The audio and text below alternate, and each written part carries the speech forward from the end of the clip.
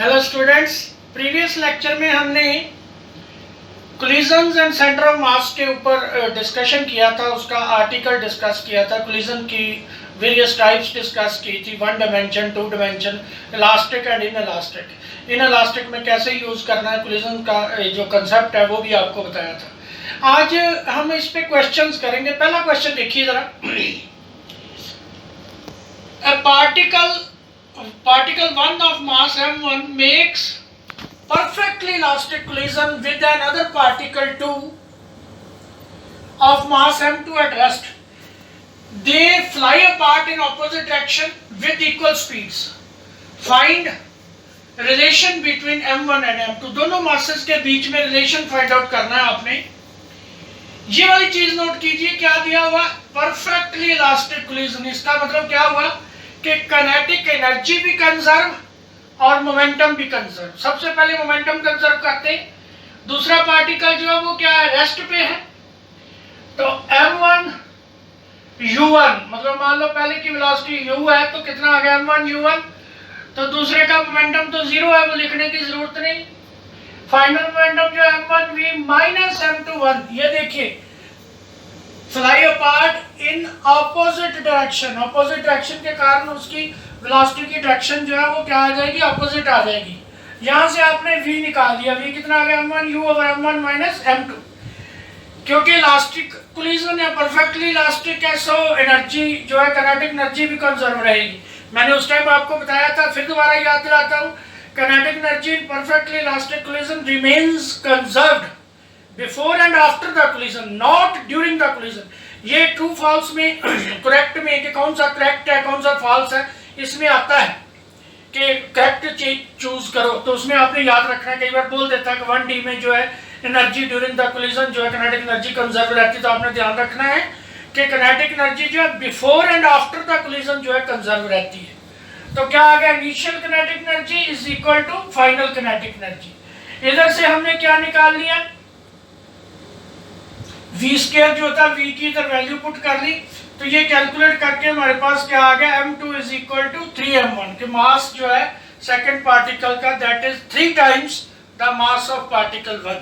तो इसमें आपको मोमेंटम कंजर्वेशन और एनर्जी कंजर्वेशन का जो है आपको रिलेशन बताया गया है।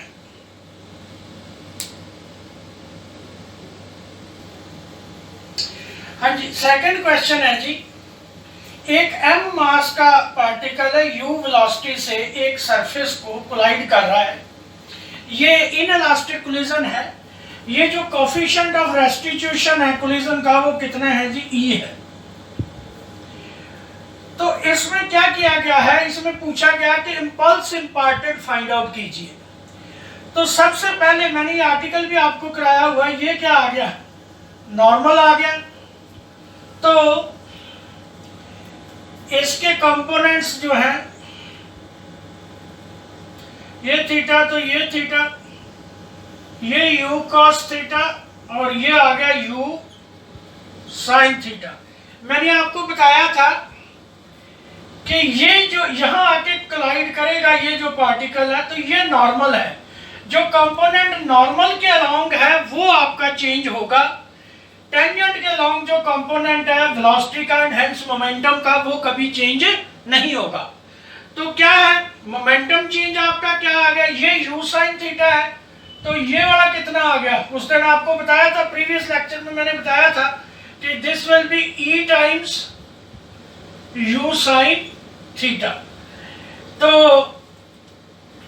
आपका जो चेंज इन मोमेंटम है, जो इंपल्स इंपार्टेड है,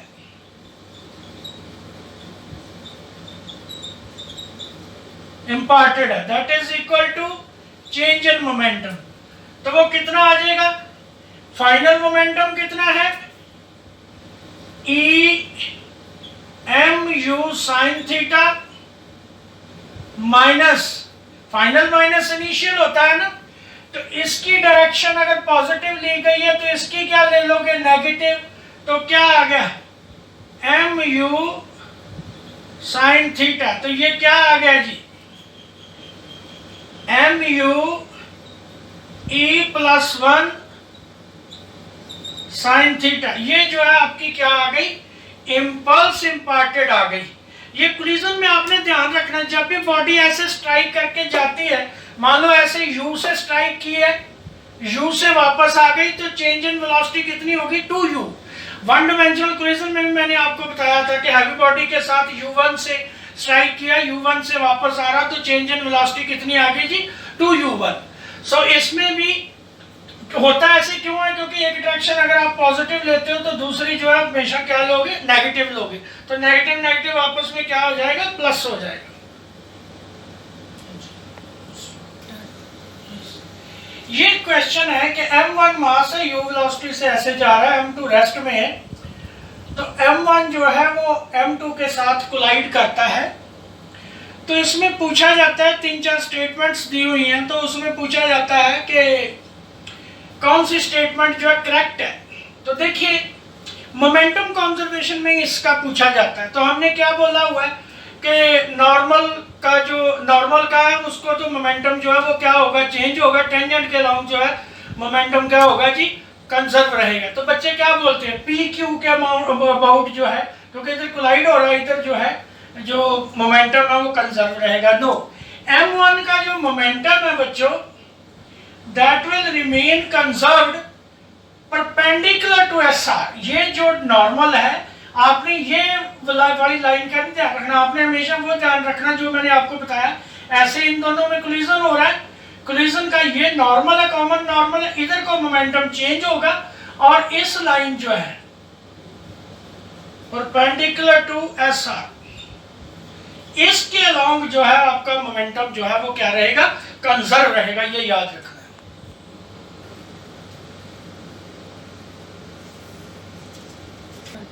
हाँ जी, अब हम मूव करेंगे बच्चों सेंटर ऑफ मास के ऊपर। सेंटर ऑफ मास क्या है, सेंटर ऑफ मास एक हाइपोथेटिकल कंसेप्ट है, क्वेश्चन सॉल्विंग टेक्निक है।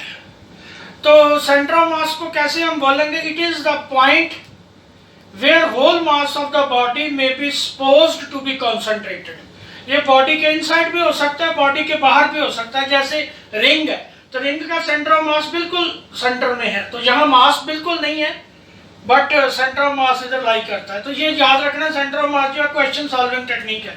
सिंपल मेथड बताता हूँ, ये मान लो दो पार्टिकल्स हैं, मास m1 and mass m2, origin है, ओरिजिन से ये m1 जो है x1 डिस्टेंस पे, m2 जो है x2 डिस्टेंस पे, तो सेंटर ऑफ मास क्या आ जाएगा, m1 x1 plus m2 x2 over m1 plus m2।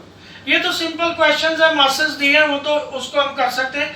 बेटा इसमें ये बात याद रखनी कि सेंटर ऑफ मास के क्वेश्चंस में एक बार ओरिजिन मार्क करना है, जब एक बार आपने ओरिजिन मार्क कर लिया तो उसके बाद दोबारा ओरिजिन चेंज नहीं करना है, तो ओरिजिन आप कहीं भी ले सकते हो, सेंटर ऑफ मास की पोजीशन जो है वो चेंज नहीं करेगी।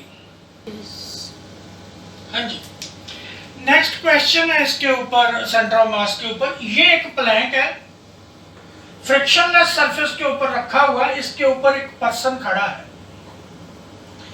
ये पर्सन जो है इसने चल के जो है दूसरे एंड पे जाना है, जैसे इधर आया है। नेचुरली जब ये पर्सन फ्रिक्शनलेस सरफेस के ऊपर चलेगा तो ये जो प्लैंक जो है पीछे को स्लिप होगा, क्योंकि नीचे फ्रिक्शनलेस सरफेस है। तो हमने ये फाइंड करना है कि ये मैन जब इस पोजीशन पे पहुंच गया, दूसरी पोजीशन पे, तो ये जो आपका प्लैंक है ये कितना पीछे को स्लिप हुआ। हमने इधर मान लिया कि जब मैन दूसरी पोजीशन पे चला जाता है, दूसरे एंड पे चला जाता है, तो प्लैंक जो है मान लो x डिस्टेंस जो है पीछे को स्लिप हुआ है। अब यहां बेटा एक बात याद रखनी है, बॉडी का सेंटर ऑफ मास की पोजीशन उतनी देर चेंज नहीं होती जितनी देर उसके ऊपर एक्सटर्नल फोर्स नहीं लग रही। ये बंदा जो है इसके ऊपर चल के जा रहा है, अपनी मर्जी से जा रहा है, कोई इसको धक्का नहीं लगा रहा, कुछ नहीं कर रहा, तो इसका मतलब क्या है, ये इंटरनल फोर्स है, कोई बाहर से उसके ऊपर फोर्स नहीं लगी है, no external forces being acted upon. तो इसका मतलब जो है सेंटर ऑफ मास जो है इनिशियल और फाइनल पोजीशन जो है सेंटर ऑफ मास की वो क्या रहेगी, सेम रहेगी, कांस्टेंट रहेगी। तो फार्मूला वही कि सेंटर ऑफ मास का क्या formula, m1x1 plus m2x2 is over m1 plus m2। तो देखिए इनिशियल पोजीशन जो है m mass of person into distance from origin, ये ओरिजिन इसका पर्सन का इधर से डिस्टेंस, इसको हमने ओरिजिन ले लिया, यहां से पर्सन खड़ा है तो ये 0 है, इसका डिस्टेंस, क्योंकि प्लैंक का मास बिल्कुल सेंटर में लाई करेगा, तो ये वाला डिस्टेंस जो कितना आ गया L/2, मतलब x1 0 x2 L/2 over m1 plus m2। दूसरे केस में देखिएगा, मान लो ये प्लैंक जो x डिस्टेंस पीछे चला गया, यहां से यहां तक डिस्टेंस कितना था L/2 था, तो ये वाला जो डिस्टेंस है ये कितना रह गया, यहां से यहां कितना था L/2, यहां से यहां भी कितना था L/2, तो ये वाला डिस्टेंस कितना रह गया L/2 माइनस x। यहां से यहां तक डिस्टेंस कितना था दोनों एजेस के बीच में L, और x पीछे चला गया, ये कितना रह गया L माइनस x। हमने ऐसा क्यों किया, क्योंकि रीजन हमने जब एक बार जो मान लिया उसको चेंज नहीं करना है, डिस्टेंसेस सारे ओरिजिन से लेने हैं। सो फाइनल जो है वो कितना आ गया, फाइनल पोजीशन सेंटर ऑफ मास की m into distance from origin, ये वाला जो है कितना है जी L माइनस x। m का m यहाँ है, अब इसका ये वाला डिस्टेंस कितना है L minus 2/x over m plus m। Initial position और फाइनल पोजीशन जो है वो क्या रहेगी, सेम रहेगी, क्योंकि चेंज नहीं आनी है। As there is no external force, कोई एक्सटर्नल फोर्स नहीं लगी, अपने आप बंदा चल के गया है, ठीक है। तो इसको x1 x2 x initial and x final position करके आपकी x की वैल्यू कितनी आ जाएगी, small m into capital L over m plus L।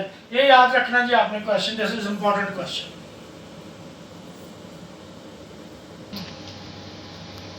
ये एक डिस्क है जिसका रेडियस r है, तो इसका जो सेंटर ऑफ मास था पहले कहां था, इधर था सेंटर ऑफ मास, राइट। तो इतना पोर्शन जो है इसमें r/2 रेडियस का हमने क्या किया, इसमें काट दिया।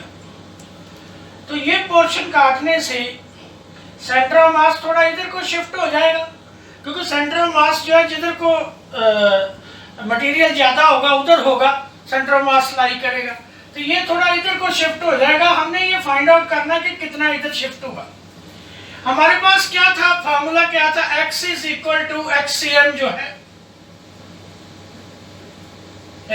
इधर लगा लो xcm जो था, क्या था formula, m1 x1 plus m2 x2 over m1 plus m2।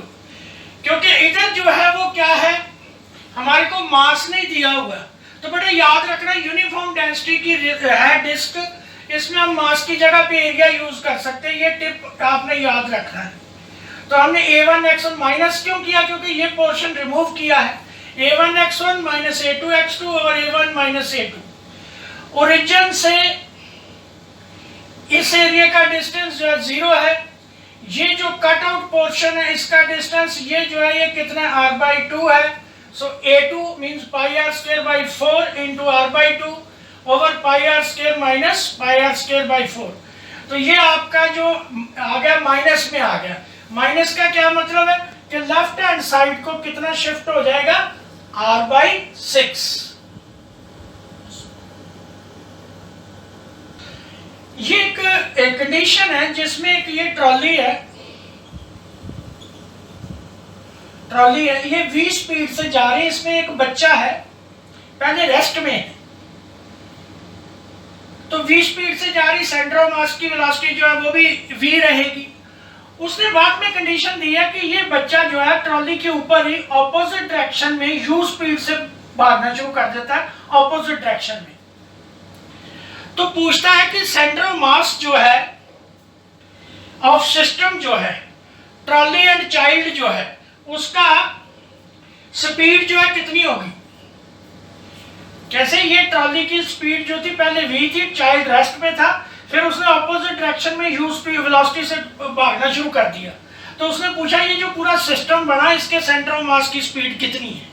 अब यहाँ ध्यान से देखिए, नीचे आंसर दिया हुआ v प्लस यू भी दिया हुआ, v माइनस यू भी दिया, 0 भी दिया हुआ है ना, तो सिंपल v भी दिया हुआ। तो आंसर इसका क्या है, v। क्यों, क्योंकि ट्रॉली जो है एज ए सिस्टम मूव कर रहा है, बच्चा जो है ट्रॉली के इनसाइड ही मूव कर रहा है, बच्चे के ऊपर कोई एक्सटर्नल फोर्स नहीं लग रही, इनसाइड द ट्रॉली मूव कर रहा है, बच्चा is the part of system. जब पार्ट ऑफ सिस्टम है तो इसके भागने से, मूव करने से सेंटर ऑफ मास की पोजीशन पे कोई फर्क नहीं पड़ेगा एंड हेंस उसकी वेलोसिटी पे भी कोई चेंज नहीं आएगी। तो सेंटर ऑफ मास टोटल जो है उसकी वेलोसिटी कितनी रहेगी, v रहेगी। Thank you. हाँ जी, एक क्वेश्चन मैं पुली का करा देता हूँ सेंटर ऑफ मास का। सेंटर ऑफ मास निकालना है, सेंटर ऑफ मास की एक्सेलरेशन निकालनी है। पहले एक्सेलरेशन जो मासेस की एक्सेलरेशन जॉइंट जो है वो आपको निकालनी आती है, मैंने पहले बता चुका हूँ आपको पहले लेक्चर में कि net pulling force over total mass वो g/3 आ जाती है। बच्चे क्या यहाँ पे गलती करते हैं, सेंटर ऑफ मास की एक्सेलरेशन भी g/3 लिख देते हैं। नो, इसमें आपने क्या लिखना है, देखिए कि सेंटर ऑफ मास की एक्सेलरेशन जो है वो क्या है, m1a1 plus m2a2 over m1 plus m2। एक जो है ऊपर को जा रहा है, एक नीचे को जा रहा है। एक की अगर पॉजिटिव लेते हो दूसरी की क्या लोगे, नेगेटिव। m1 हमने इसको ले लिया, इसको m2 ले लिया। m1 कितना 2m g/3, क्योंकि एक्सेलरेशन तो दोनों की g/3 है, minus m into g/3 over ये। तो जो आंसर आपका आएगा सेंटर ऑफ मास की एक्सेलरेशन जो आएगी g/9 आएगी। ये आंसर बीच में दिया हो रहा है, ये मार्क नहीं करना है, g/9 मार्क करना है। Thank you. तो प्यारे बच्चों, अगर ये आपको सही लगा हो तो इसको लाइक कीजिए, कमेंट कीजिए और सब्सक्राइब कीजिए। और नेक्स्ट में मैं आपको रोटेशनल मोशन के ऊपर क्वेश्चंस करवाऊंगा। Thank you.